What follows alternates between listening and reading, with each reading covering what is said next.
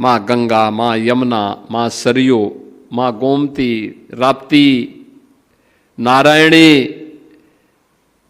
ये सब नदियां यूपी के पास, पर्याप्त जल संसाधन दुनिया के अंदर किसी के पास नहीं। ये प्रकृति की कृपा है। और परमात्मा अयोध्या यहां, काशी यहां, मथुरा वृंदावन यहां, नेमी सारण्य यहां, विंध्यवासिनी धाम यहां, मां पाटेश्वरी धाम, मां शाकंभरी धाम, ये सब कुछ, महाकुंभ की धरती यूपी।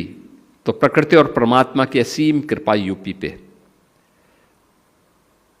सबसे अच्छा युवा, होनहार युवा, प्रतिभाशाली युवा, सबसे अच्छा अन्नदाता किसान, तब भी यूपी बीमारू हो गया। बीमारू यूपी नहीं हुआ था, तत्कालीन सरकार की मानसिकता बीमार थी। उनके कृत्य बीमारू मानसिकता के प्रतीक थे। युवाओं के लिए नौकरी नहीं,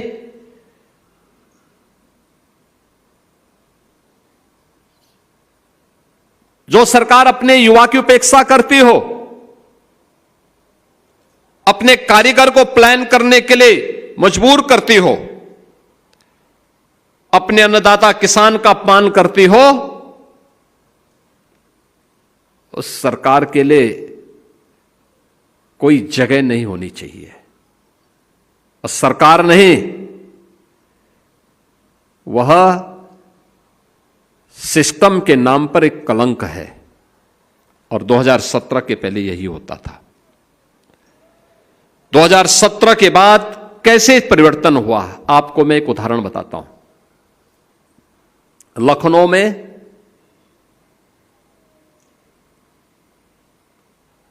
एक प्रस्ताव रक्षा मंत्रालय की ओर से हमारे पास आया कि एक मिसाइल के लिए हमें जगह चाहिए। स्वाभाविक रूप से और भी जगह से कंपटीशन था, तो एक प्रस्ताव आया डीआरडीओ से कि अगर, और आदरणीय रक्षा मंत्री जी ने भी कहा कि फ्री में लैंड मिलेगा तो अच्छा रहेगा, क्योंकि हम चाहते हैं कि लखनऊ में हो निवेश। बहुत सारे लोग विरोध कर रहे थे। मैंने उस समय के अपने अपर मुख्य सचिव गृह, जो आज मुख्यमंत्री के सलाहकार के रूप में भी काम कर रहे हैं, अवनीश अवस्थी जी को मैंने कहा, अवस्थी जी थोड़ा देख के थोड़ा प्रयास करो कहाँ लैंड मिल सकती। कोरोना कालखंड था, लोग गए, इन्होंने एक जगह जमीन देखी, लगभग 200 एकड़ लैंड, कहा कि लैंड है, उसको हम तत्काल कर लेते हैं। हमने कहा आप लग करके इसको आगे बढ़ाइए। देखिए, कोरोना के समय में सारा काम चल रहा था। हमने 200 एकड़ लैंड रक्षा मंत्रालय को फ्री में उपलब्ध करवाई कि भाई आप लीजिए, ब्रह्मोस मिसाइल लखनऊ में बनाइए। वे लोग आए, वो लोग, क्योंकि उसमें से एक कुछ लोग ऐसे भी थे जो चाहते थे ये यहां से बाहर चाहे, कहीं और जगह लगे। हमने कहा नहीं, लखनऊ में लगेगा। और हमने कहा जो भी होगा हम देंगे। बहुत सारे लोगों ने कहा रे साहब, यूपी जैसे राज्य में आप कर रहे हैं। हमने कहा चिंता मत करिए, देखना इसका लाभ होगा। जब उनका कार्य प्रारंभ हुआ, वे लोग मिलने के लिए आए। उन्होंने कहा था हमारे लायक कोई सेवा। मैंने कहा ये काम करना, आपका जब ये ब्रह्मोस मिसाइल का बनकर के तैयार होगा, आप सिलेक्शन करेंगे तो यूपी के नौजवानों का सिलेक्शन करना, एक सेंटर में कहीं एक जगह करना। उन्होंने कहा साहब हम भी चाहते हैं। मैंने फिर से अवनीश अवस्थी जी को लगाया, AKTU को सेंटर बनाया। AKTU सिलेक्शन की इस प्रक्रिया का कैंपस सिलेक्शन करेगा। ऑपरेशन सिंदूर के ठीक 3 दिन पहले जब हम लोगों को इसको लॉन्च कर उसका उद्घाटन करना था, संजोग से माननीय रक्षा मंत्री जी नहीं आए, मुझे उस कार्यक्रम को करना पड़ा। मैं गया था। यूपी के 500 नौजवान जिन्होंने ITI किया, पॉलिटेक्निक किया था या इंजीनियरिंग किया था, क्या चेहरे पर चमक थी, हंसते हुए। मैंने कहा भी क्यों आप इतना हंस रहे हो? उन्होंने कहा साहब हमें हमारे लखनऊ में ही काम मिल गया। कहां के? कोई प्रतापगढ़ का, कोई रायबरेली का, कोई उन्नाव का, कोई कानपुर का, कोई बदायूं का, कोई बरेली का, कोई गोरखपुर, कोई आजमगढ़, कोई महाराजगंज, कोई बलरामपुर, कोई श्रावस्ती, कोई गोंडा, कोई अयोध्या, इन सभी जनपदों के युवा थे।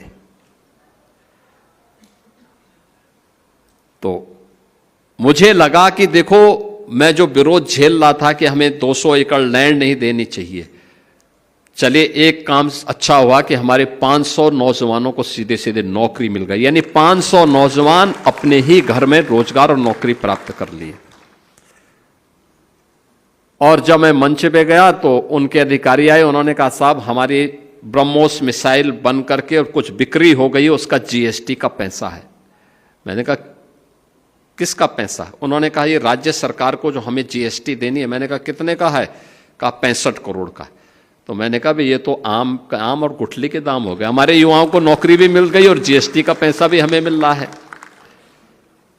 यानी कार्य करने की इच्छा शक्ति। यूपी का नौजवान यूपी में काम पाए, एक कल्पना थी, लेकिन आज साकार हो रही है। पिछले 9 वर्ष में ये डबल इंजन की सरकार ने यूपी के अंदर 9 लाख से अधिक नौजवानों को सरकारी नौकरी दी है। 9 लाख से अधिक। कोई नौजवान ये नहीं कह सकता, कोई नौजवान ये नहीं कह सकता कि उसको सिफारिश लगाने की आवश्यकता पड़ी। कोई नौजवान ये नहीं कह सकता कि पैसा देकर के उसका सिलेक्शन हुआ है, कोई सिफारिश से भी नहीं। हर नौजवान की मेरिट, नौकरी। ये सरकारी नौकरी है। 3.25 करोड़ नौजवान या कारीगर आज अपना स्वयं का एमएसएमई यूनिट का संचालन कर रहे हैं या वहां रोजगार प्राप्त कर रहे हैं। 3.25 crore, 96 lakh MSME unit UP के पास है, जो यूपी को कभी पहचान दिलाता था। मुरादाबाद का पीतल उद्योग, फिरोजाबाद का ग्लास उद्योग, मेरठ का स्पोर्ट्स का उद्यम, भदोई की कालीन, लखनऊ की चिकनकारी। मैं अभी आ रहा था, जब मैं प्रदर्शनी देख रहा था जो एग्जीबिशन लगी हुई है, एक एग्जीबिटर के पास गया, कहां से भाई? उसने कहा साहब आजमगढ़ से, ब्लैक पॉटरी का काम कर रहे हैं। देखो ना, ये ब्लैक पॉटरी पहले भी थी, आजमगढ़ में साड़ी पहले भी थी, पिछली सरकारों ने उसे हतोत्साहित किया। जहां आज ब्लैक पॉटरी बन रही है, जहां आज बनारसी साड़ी बनकर के आज भारत की नारी की श्रृंगार बन रही है, उसी बनारस को पिछली सरकारों ने आतंकवाद का गढ़ बना दिया था, पहचान का संकट खड़ा कर दिया था। आजमगढ़ के नाम पर तो लोग होटल और धर्मशाला में रूम भी नहीं देते थे। उस आजमगढ़ की स्थिति इन्होंने पैदा कर दी थी। प्रदेश में सुरक्षा का वातावरण पैदा हुआ, तो सुरक्षा के वातावरण से बड़े बड़े निवेश भी आए। पहले निवेश क्यों नहीं होता था? सुरक्षा नहीं थी, लैंड बैंक नहीं था। और याद रखना, बड़े निवेश के लिए आधारभूत आवश्यकता होती है एमएसएमई का, सूक्ष्म लघु मध्यम उद्यम का। ये सब नदारत थे, या तो बंद था या भाग रहा था। कारीगर प्लान कर रहा था, नौजवान आगे के भविष्य के लिए चिंतित था। दुष्परिणाम हमारे सामने होता, यूपी बीमार होता गया, बीमारू राज्यों की श्रेणी में खड़ा हो गया। देश के अंदर जिस यूपी में प्रति व्यक्ति आय देश के अंदर सर्वाधिक होती थी, उस यूपी की प्रति व्यक्ति आय देश के अंदर बॉटम में चली गई, बॉटम 3 में चली गई। और आज मैं कह सकता हूं, यूपी भारत की टॉप 3 इकोनॉमी में फिर से अपना स्थान बना दिया। अब यूपी बीमार नहीं है। यूपी आज के दिन पे देश के अंदर सबसे तेज गति के साथ बढ़ती हुई अर्थव्यवस्था है। टॉप 3 में यूपी आ गया। और मेरा मानना है ये हमने सफलता इसलिए प्राप्त की क्योंकि युवाओं को नौकरी मिली है, युवाओं को रोजगार मिला है, युवा अपने उज्जवल भविष्य के लिए आश्वानित हुआ है। उसे विश्वास है कि डबल इंजन की यह सरकार उसके भविष्य के साथ किसी को खिलवाड़ नहीं करने देगी। और इसी के लिए प्रधानमंत्री मोदी जी के विजन को जमीनी धरातल पर उतारने के लिए कौशल विकास के इस अभियान को हम लोगों ने प्रभावी ढंग से उतारने का काम किया। आज आप देख रहे होंगे यहां पे जो मंत्री जी कह रहे थे, आर्टिफिशियल इंटेलिजेंस का हो, रोबोटिक का हो, ड्रोन टेक्नोलॉजी का हो, स्पेस टेक्नोलॉजी का हो, 3D प्रिंटिंग का हो, ये सभी कुछ ट्रेनिंग आज यूपी के ITI में भी दी जा रही है। प्लम्बरिंग से लेकर के सेमीकंडक्टर के निर्माण की ट्रेनिंग आज यूपी के स्किल डेवलपमेंट के सेंटर में दी जा रही है। यूपी के अलग अलग जनपदों में, ऐसा नहीं क्योंकि लखनऊ में, नोएडा, ग्रेटर नोएडा या फिर गाजियाबाद में, वो महोबा में भी आपको मिलेगा, चित्रकूट में भी मिलेगा, सोनभद्र में भी मिलेगा, बलिया में भी मिलेगा, बहराइच में भी मिलेगा, हर जगह मिलेगा। युवाओं के लिए एक प्लेटफॉर्म है, उनके लिए रोजगार के मेले लग रहे हैं, कैंपस सिलेक्शन की कार्रवाई और कैरियर काउंसलिंग के कार्यक्रम चलाए जा रहे हैं। और यह जरूरी नहीं कि हर नौजवान एक जैसा हो। और मैं मानता हूं बहुत सारे नौजवान को नौकरी उसकी आवश्यकता है, जैसे वो बेटी राजरानी बोल रही थी बरेली से। महत्वपूर्ण ये नहीं, याद रखना, कोई बड़ा सा बड़ा धन्ना सेठ हो या झोपड़ी में रहने वाला इंसान, रोटी केवल 2 ही खाता है। याद रखना, ज्यादा कोई नहीं खाता है। जिसके पास अपनी सीमित आवश्यकता, उसको नींद अच्छी आती है। जिसके पास चोरी का पैसा होगा, वो कायदे से सो भी नहीं पाता है। वह जो खा नहीं सकता, सो नहीं सकता, तो उसके लिए तो नरक से बदतर जीवन है। निश्चिंत होकर के देश के विकास में काम कर रहा है कोई युवा, इससे ज्यादा खुशी क्या हो सकती है। हम भी योगदान दे रहे हैं और आपके द्वारा की जाने वाली यह सेवा, आपके द्वारा दी जाने वाली यह सेवा या आपके द्वारा स्थापित हो रहा स्टार्टअप जो आपको जॉब सीकर नहीं, जॉब क्रिएटर के रूप में आपको प्रस्तुत करता है, ये भारत की और विकसित भारत की और आत्मनिर्भर भारत की संकल्पना को पूरा करता है, जो प्रधानमंत्री मोदी जी ने देश की आजादी के शताब्दी महोत्सव के लिए भारत के नौजवानों के लिए टारगेट दिया है। और यही हर नागरिक का दायित्व है, अपने अपने क्षेत्र में कार्य करना, उस लक्ष्य को प्राप्त करने की दिशा में कदम बढ़ाना, और उस कदम को आगे बढ़ाने की दिशा में किए जाने वाले जो प्रयास है वो अत्यंत महत्वपूर्ण है। याद रखना, जीवन में हताशा और निराशा के लिए कोई अवसर नहीं, नए नए अवसर आए। आज तो हम यूपी के अंदर यूपी एग्रीज में भी काम कर रहे हैं, यानी एग्रीकल्चर के में टेक्नोलॉजी का उपयोग करते हुए कैसे किसान की आमदनी को और अच्छा आगे बढ़ाने के लिए काम किया, कैसे कर सकते हैं, उस दिशा में प्रयास। कितना आत्मविश्वास है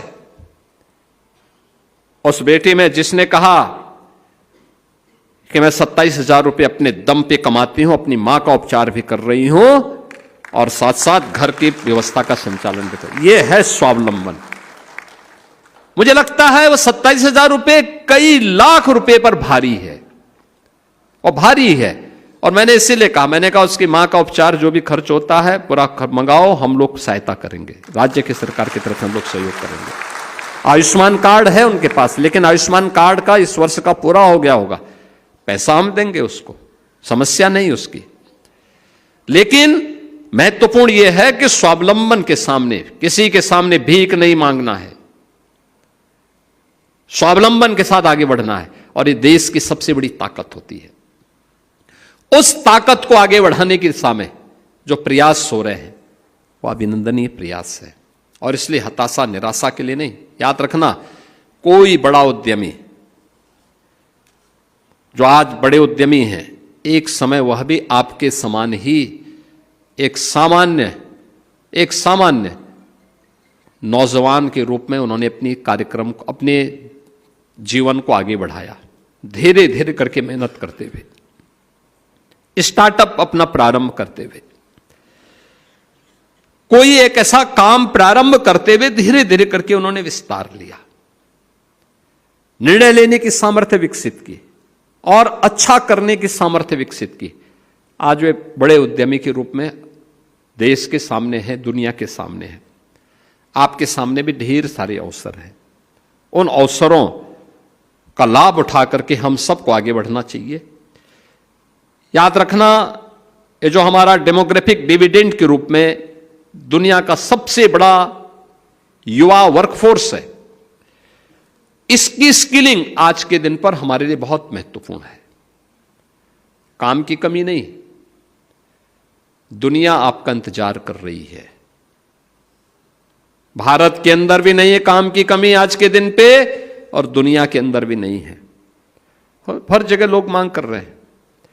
और मैंने बार बार कहा है, हम लोग हर जिले में, मैंने विभाग को भी जिम्मेदारी दी है, मैंने कहा भी हर जिले में और इन तीनों विभागों को मिलकर के MSME, skill development and vocational education, श्रम और सेवायोजन, इन तीनों विभागों को मिलकर के हर जिले के अंदर एक इंडस्ट्रियल एंड एम्प्लॉयमेंट जोन लौह पुरुष सरदार वल्लभ भाई पटेल के नाम पर स्थापित होना है। हमने पैसा दे रखा है। इन लोगों को तेजी के साथ उस कार्यक्रम को आगे बढ़ाना चाहिए। यह वह सेंटर होगा जो वर्ल्ड क्लास स्किलिंग का सेंटर भी होगा, और युवा की रुचि के अनुसार कोई युवा आया,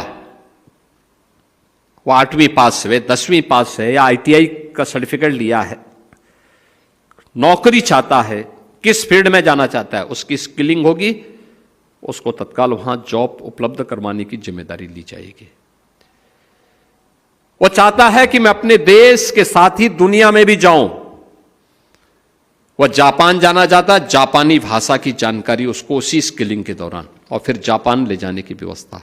हमारे पास मैपिंग रहेगी, ग्लोबल मैपिंग करते हुए, राष्ट्रीय स्तर पर भी मार्केट की मैपिंग करते हुए हमारे पास पूरे होने चाहिए, कहां कहां पे कितने अवसर है, उसी हिसाब से हम कार्य करेंगे।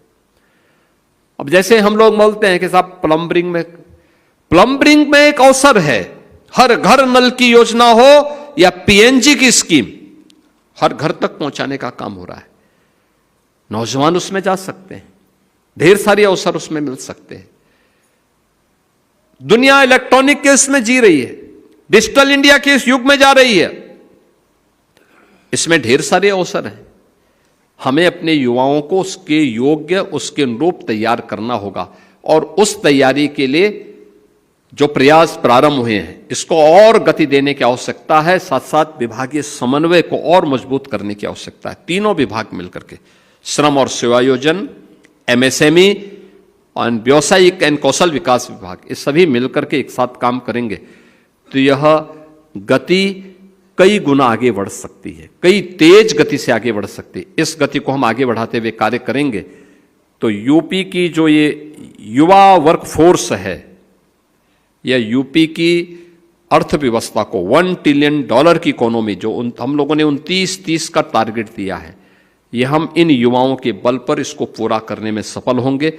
मैं एक बार फिर से आप सभी युवाओं को विश्व कौशल दिवस के अवसर पर हृदय से बधाई देता हूं, अपनी शुभकामनाएं देता हूं, और विश्वास करता हूं जो सक्सेस स्टोरी यहां पे कुछ नौजवानों ने यहां पर मेरे सामने प्रस्तुत किया, बहुत सारे युवा उस सक्सेस स्टोरी को बताने के लिए यहां तैयार थे।